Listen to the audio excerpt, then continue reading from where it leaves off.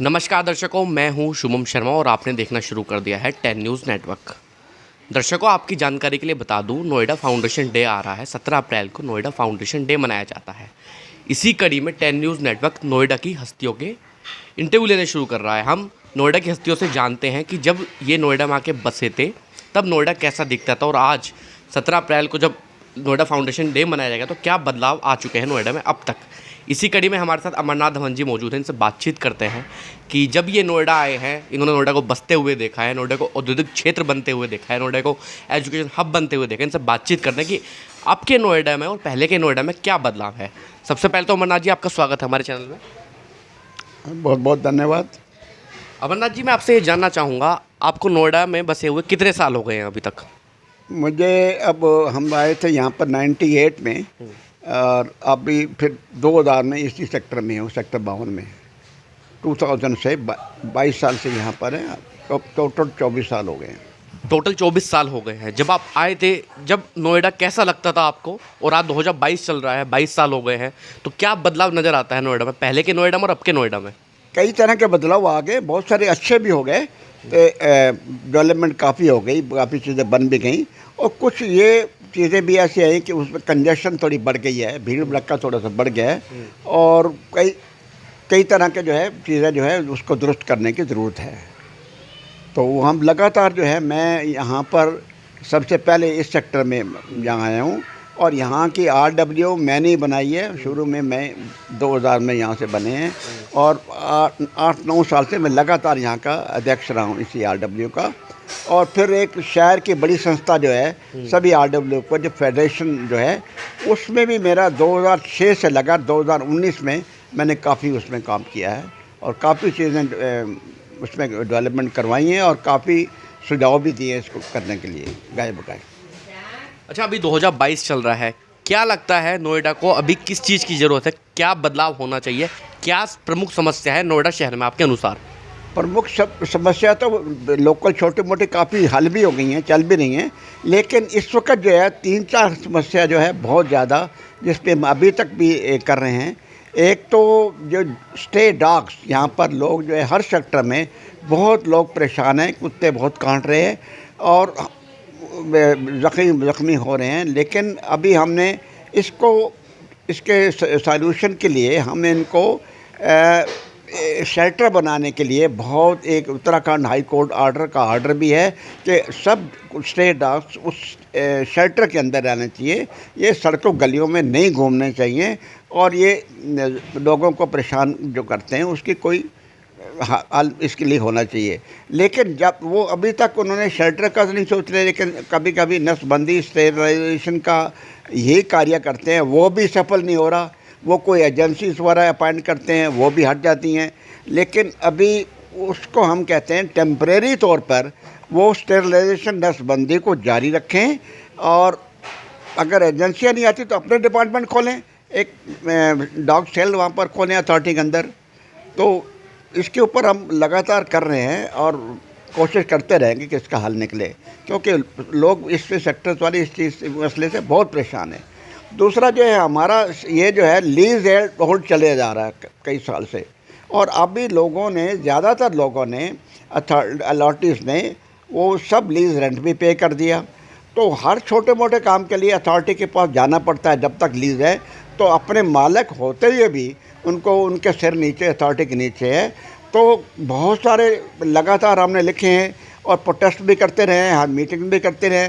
लेकिन एक बड़ा लंबा प्रोटेस्ट हुआ था 31 अक्टूबर 2018 में, और उसमें 5-7 हज़ार लोग जो है नोएडा अथॉरिटी के बाहर इकट्ठे हमने करे थे।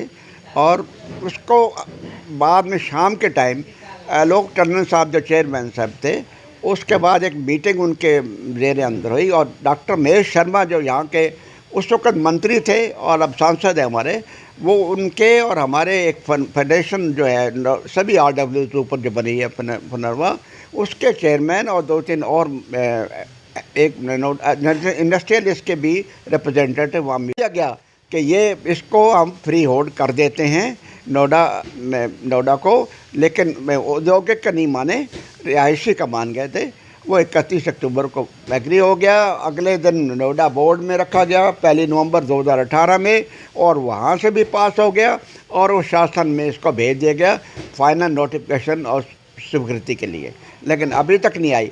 हाल में इस मसले पर अभी एक शासन से एक नोटिफिकेशन सुझाव मांगे गए थे, लेकिन उसमें भी अजीब तरीके से रखा कि इसको सर्कल रेट से रिलेट किया था और सुझाव मांगे थे। हम लोगों ने एक DDRW डिस्ट्रिक्ट डेवलपमेंट एसोसिएशन है, एक जन शक्ति है और 2 चौरा एसोसिएशन ने इस पर भी उसको आपत्ति हमने करी है इसके ऊपर।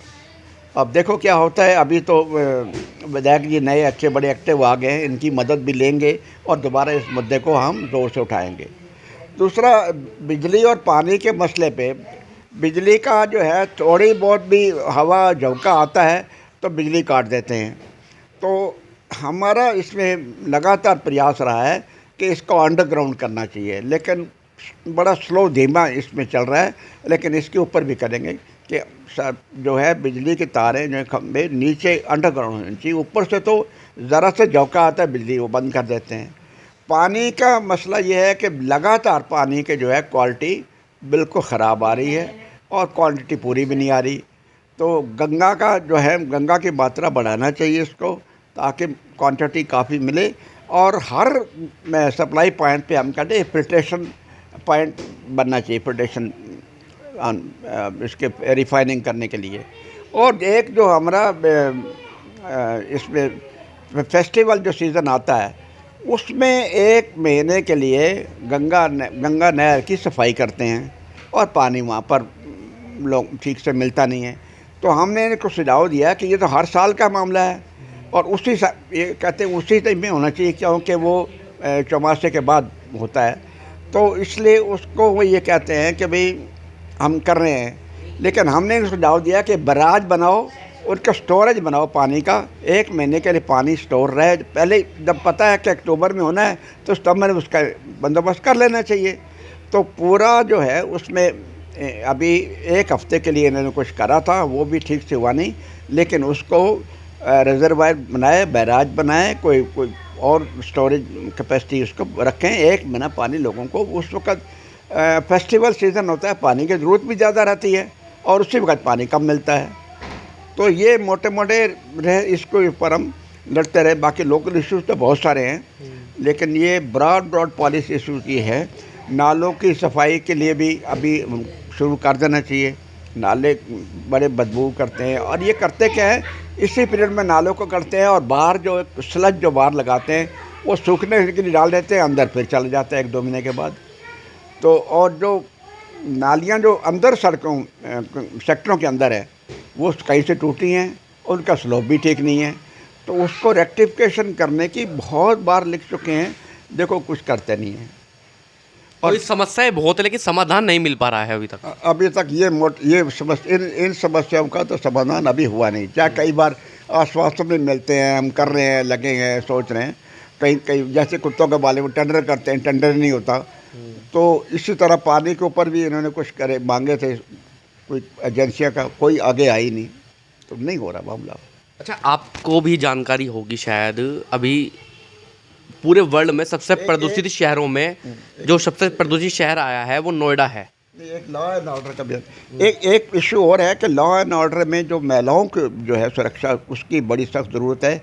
अब कमिश्नर तो बन गई है तो बड़ा अच्छा काम हो रहा है, थोड़ा बेटर हो गया, लेकिन महिलाओं की फोर्स, महिलाओं थाना जो है बढ़ाना चाहिए। और महिलाओं का थाना और महिला पुलिस थोड़ी और ज़्यादा ज़रूरत है अभी नोएडा शहर को। यही कहना चाह रहे हैं? यही बिल्कुल ठीक है। अब मुझे एक सवाल का जवाब दीजिए। आप सभी को पता होगा, अभी एक सर्वे हुआ था जिसमें नोएडा सबसे प्रदूषित शहर में आया है। नोएडा, दिल्ली, NCR आसपास के क्षेत्रों में सबसे प्रदूषित शहर आया है। अगर मैं आपसे पूछूं, क्या सुझाव देना चाहेंगे? सबसे प्रदूषित शहर आया है, कैसे हम इसको बचा सकते हैं प्रदूषण से? नहीं, इसको तो एक डस्ट पॉल्यूशन के ऊपर हम लगातार कह रहे हैं कि धूल मिट्टी जो है वो उसको तो रोकें।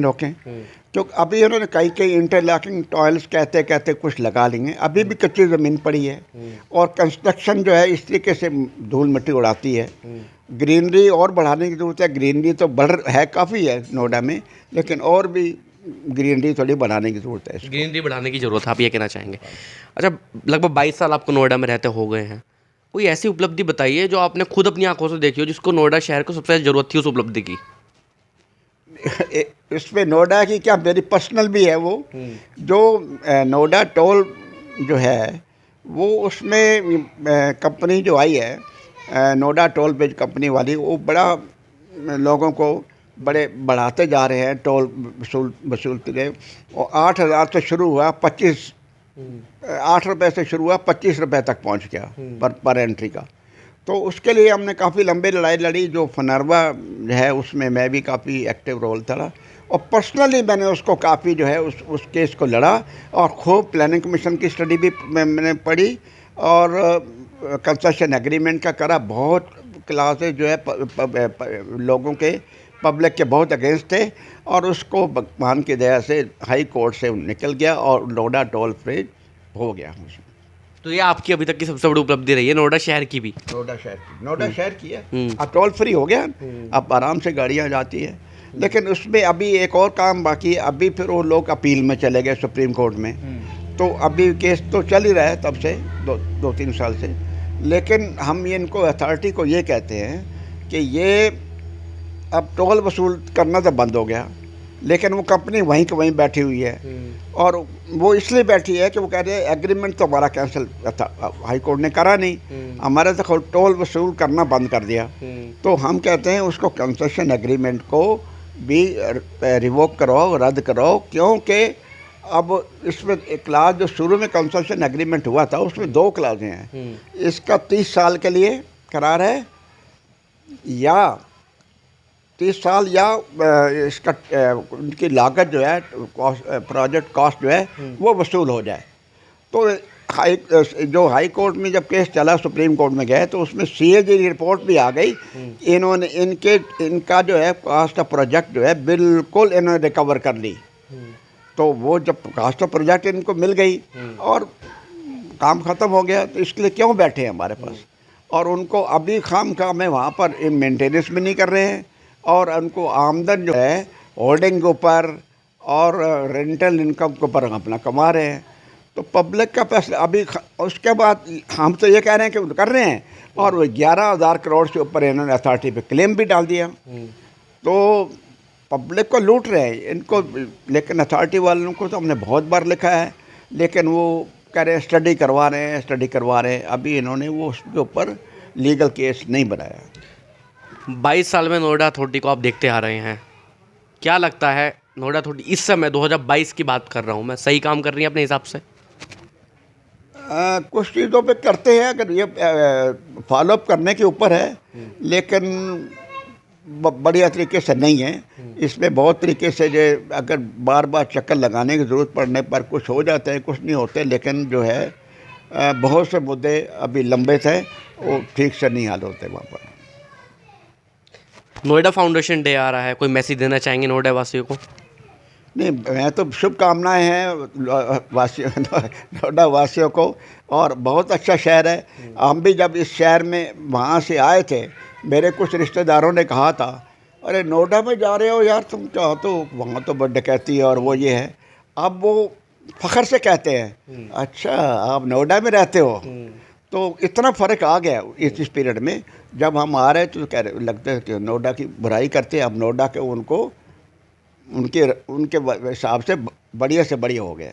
नोएडा शहर काफ़ी डेवलप हो गया। जब हम आए थे 1998 में, उस वक्त से अब जो है बहुत डेवलप हो गया। बड़ी ग्रीनरी बढ़ गई, बड़ी पार्क हो गए, रोड्स की बड़ी होती, फ्लाईओवर्स बहुत बन गए, वो ऊपर वाली रोड ब्रिजेस वगैरह बन के काफ़ी सुधार हो गया। मेट्रो वगैरह भी आ गई है, मेट्रो भी आ गई, और बड़ी बड़ी रोड्स में काफ़ी डेवलप होगी। काफ़ी डेवलपमेंट जहाँ देखते हैं तो बहुत कुछ हो गया।